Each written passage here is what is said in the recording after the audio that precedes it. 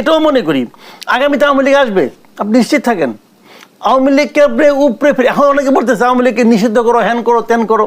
ভাই আমি বলি আপনাকে, আমি কোনো দলকে নিষিদ্ধ করার পক্ষে না। সময়ের সাথে সাথে নতুন রাজনৈতিক দলের আবির্ভাব হবে, সেটি যেমন স্বাভাবিক, তেমনি আসলে আমরা এই আলোচনা সমালোচনা জায়গাটিতেও শুনতে পাচ্ছি যে ছাত্ররা যারা আন্দোলন করেছেন তাদের মধ্যে থেকে হয়তো নতুন আর কি রাজনৈতিক দল আসতে যাচ্ছে। বাংলাদেশের অতীত ইতিহাস আসলে কি বলে, কিংবা আপনার মতামত আমি একটু জানতে চাই, যদি ছাত্রদের নতুন রাজনৈতিক দল হয় তার ভবিষ্যৎ আসলে কি? দেখেন, আমি ছাত্রদের নতুন রাজনৈতিক দলকে ওয়েলকাম করি, আমি এটাকে স্বাগত জানাই। এই কারণে যে দেখেন, আমরা তো একটা ট্র্যাডিশনাল রাজনীতির মধ্যে কিন্তু পড়ে আছি, সেই আওয়ামী লীগ সেই বিএনপি। এবং আওয়ামী লীগ বিএনপির মধ্যে কি আছে, এই দুটোর মধ্যে আছে আপনার পরিবারতান্ত্রিক রাজনীতি আছে। দেখেন, আওয়ামী লীগের সভানেত্রী উনি কবে আসলেন দেশে? 81 সালে আসছেন, বাংলাদেশে ঢুকছেন, ঢুকার উনি সভাপতি হয়েই কিন্তু ঢুকছেন, উনি কিন্তু 81 সালে সভাপতি হয়েই ঢুকেছেন। তাহলে ওখানে 19 বছর আর এখানে 24 বছর, এই যে তার বিশাল একটা সময়, প্রায় 43 বছর।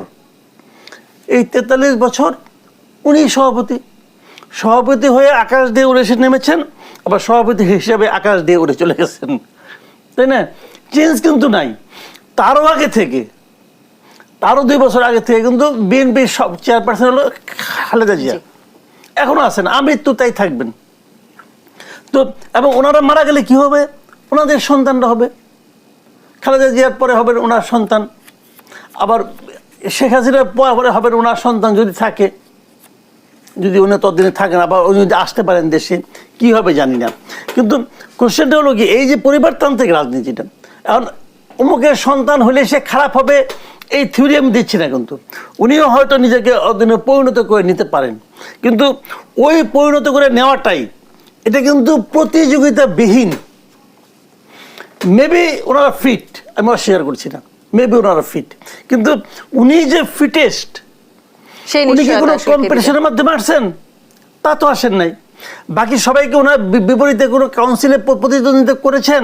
কেউ তো করেন নাই। আমাদের এখানে কোনো সিস্টেমই নেই। এখন যদি এরকম ভাবে একটা নতুন দল আসে ইয়াংদের মাঝখান থেকে, এই দুটো দলই কিন্তু পুরনো, অনেক পুরনো, যদি এখন ইয়াংদের মাঝখান থেকে নতুন একটা দল আসে, তাহলে তারা তো নতুন চিন্তা ভাবনা দিয়ে কিন্তু দলটাকে গড়ে তুলবেন। দেখেন, দল কখনো অক্ষয় না। একসময় তো মুসলিম লীগ ছিল, মুসলিম লীগ তো পাকিস্তানটাকে স্বাধীন করছিল, সেই দল কোথায়? এখন হারিয়ে গেছে। কাজে দলের মৃত্যু ঘটে আস্তে আস্তে, এরকম ভাবে ধীরে ধীরে, একদিনে হয় না, বাট আস্তে আস্তে আস্তে কিন্তু তাদের কর্মসূচি, তাদের রাজনীতির কারণে তারা ধীরে ধীরে হারিয়ে যায়। আমরা তো সাধারণত আসলে স্বাধীনতার পর থেকে বাংলাদেশের দুটো বড় রাজনৈতিক দল ভেবে আসছি। সেখানে যদি আমি একটু বলি, একটি বড় রাজনৈতিক তারা একেবারেই মাঠে নেই, কিন্তু অপর যে বড় রাজনৈতিক দল মাঠে আছে, তারা ইতিমধ্যে ভাবা শুরু করেছে, তাদের অনেক নেতা কর্মীদের আচার আচরণে সেটাই প্রকাশ পাচ্ছে, তারা জয়ী হয়ে গিয়েছে। যদিও নির্বাচন ঠিক কবে সেটিও এখন আমরা নিশ্চিত নই। সেটি নিয়ে একটু জানতে চাই, এই জায়গাগুলো থেকে কি আবারও তারা জনসম্পৃক্ততার থেকে দূরে সরে যেতে পারে? কারা? বিএনপি? জি না, দূরে সরে যেতে পারে কি না পারে সেটা এখন আপনি কি করে বলবেন? কারণ আমি তো বিএনপি রাজনীতিতে অনেক পরিবর্তন দেখতেছি। আমি 2006 সালে যখন বিএনপি চলে গেল, তখন যে বিএনপি রাজনীতি ছিল, আর 18 বছর পরে আজকে যে বিএনপি রাজনীতি আমি দেখতেছি, এটা তো একরকম না। বিএনপি রাজনীতিতে গত কয়েকদিনে আমি যে দেখছি, বিশেষ করে তারেক রহমানের কিছু কিছু ঘটনা, কিছু কিছু কর্মকাণ্ড, কিছু কিছু বক্তব্য আমার কাছে তো খুবই পজিটিভ পলিটিক্সের ইঙ্গিত আমি পাচ্ছি। অন্তর্বর্তীকালীন সরকারকে যৌক্তিক সময় দেবার কথাও বলেছেন। হ্যাঁ বলেছেন, বলছেন এই সরকারকে আমাদের টিকিয়ে রাখতে হবে। উনি তো অধৈর্য হয়ে যাননি। কাজে পরিবর্তন কিন্তু বিএনপিতে আসতেছে কিছু কিছু। একটা কথা মাথায় রাখবেন, যদি কোনো দল কি মানুষ, যে কোনো কিছুই যদি পরিবর্তনের সঙ্গে, সময়ের সঙ্গে নিজেকে পরিবর্তন করতে না পারেন, তাহলে সে কিন্তু থাকবে না। তো বিএনপির মধ্যে আমি সে পরিবর্তন লক্ষ্য করছি, এবং আমি এটাও মনে করি আগামীতে আওয়ামী লীগ আসবে, আপনি নিশ্চিত থাকেন। আওয়ামী লীগকে আপনি উপরে ফিরে, এখন অনেকে বলতেছে আওয়ামী লীগকে নিষিদ্ধ করো, হ্যান করো, ত্যান করো। ভাই আমি বলি আপনাকে, আমি কোনো দলকে নিষিদ্ধ করার পক্ষে না, কোনো দলকে না। এই জামাতকে নিষিদ্ধ করছে, আমি এটার পক্ষে না। আওয়ামী লীগ যে হিজবুত তাহরিরকে নিষিদ্ধ করছিল, আমি ওটারও পক্ষে না। আপনি কেন নিষিদ্ধ করবেন? একটা দল তাদের আদর্শ নিয়ে আসছে, তাদের আদর্শ যদি ভালো না হয়, যদি জনগণ পছন্দ না করে, জনগণ ওই দলকে গ্রহণ করবে না। ওইটাই তো ওই দলের সবচেয়ে বড় নিষিদ্ধের মতো আচরণটা হলো। তো আপনি জোর করে কেন করবেন নিষিদ্ধ? এটা করতে পারেন না, করা উচিত না। তো ওরকমভাবে অনেকে আওয়ামী লীগকে নিষিদ্ধ করে চাচ্ছে। জামাতকে নিষিদ্ধ করে কি জামাতকে আপনি নিঃশ্বাস করতে পারছেন? ওরকম জামাত আরো পাওয়ারফুল হয়েছে, ঠিক না?